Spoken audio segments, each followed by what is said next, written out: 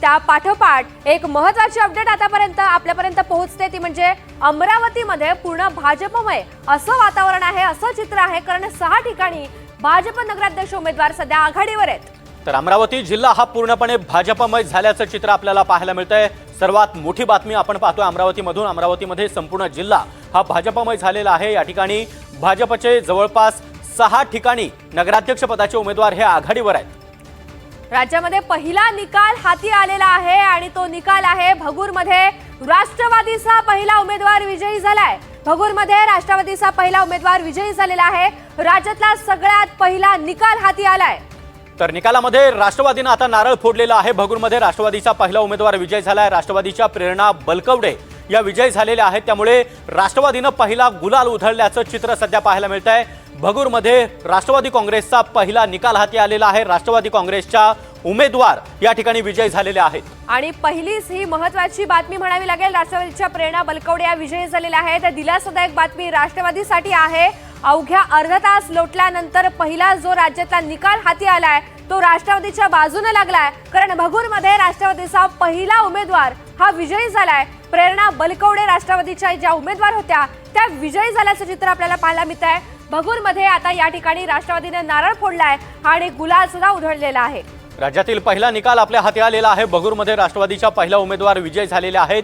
प्रेरणा बलकवडे यांनी पहिला गुलाल उधळलेला आहे, त्यामुळे राज्यामध्ये निकालामध्ये राष्ट्रवादी काँग्रेसनं नारळ फोडलेला आहे। भगूरमध्ये राष्ट्रवादीचा पहिला उमेदवार हा विजयी झालेला आहे। राज्यातला पहिला निकाल हा राष्ट्रवादी काँग्रेसच्या बाजूने आल्याचं चित्र पाहायला मिळत आहे। खरं तर नाशिकमध्ये सागर जर बघायला झालं तर अशी लढत वाटत होती की भाजप आणि सेना, कारण त्याचा संघर्षही पाहायला मिळालेला होता। असं असताना नाशिकच्या भगूरमध्ये आपण पाहतोय राष्ट्रवादीनेच बाजी मारली। राज्यातला पहिला निकाल हाती आलाय आणि यामध्ये भगूरमध्ये राष्ट्रवादीचा पहिला उमेदवार विजयी झालाय। या उमेदवार आहेत प्रेरणा बलकवडे, ज्या राष्ट्रवादीच्या उमेदवार आहेत आणि त्या विजयी झाल्यात।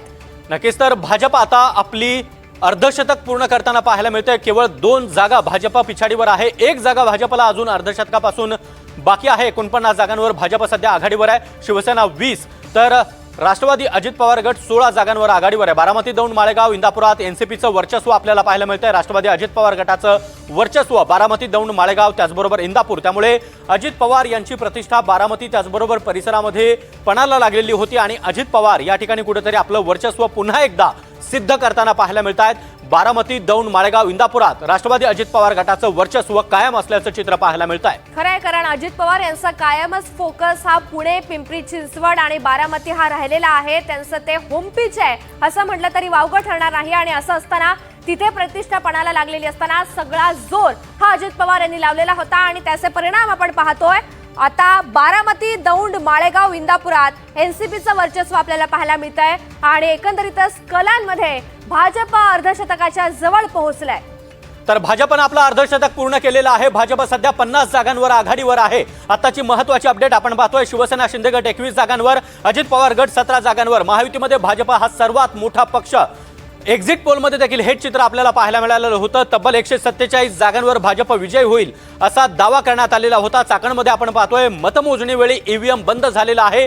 चाकणमध्ये आता महत्त्वाची अपडेट आपण पाहतोय, मतमोजणी वेळीच ईव्हीएम मशीन बंद पडलाय। एक महत्त्वाची अपडेट आहे, चाकणमधनं मतमोजणी वेळी ईव्हीएम बंद पडलंय। नेमका काय तांत्रिक घोळ झालाय याची स्पष्टता झालेली नाहीये। नगराध्यक्ष निवडीमध्ये महायुतीला मतदारांचा कौल असल्याचं चित्र आहे। जो अर्धा तास झालाय किंवा पाऊण तास झालेला आहे त्यानुसार नगराध्यक्ष निवडीमध्ये महायुतीला मतदारांचा कौल मिळतोय, कारण भाजपनं अर्धशतक गाठलंय आणि तो टप्पा आता पुढचा किती लवकर पार केला जातो हे पाहायचंय।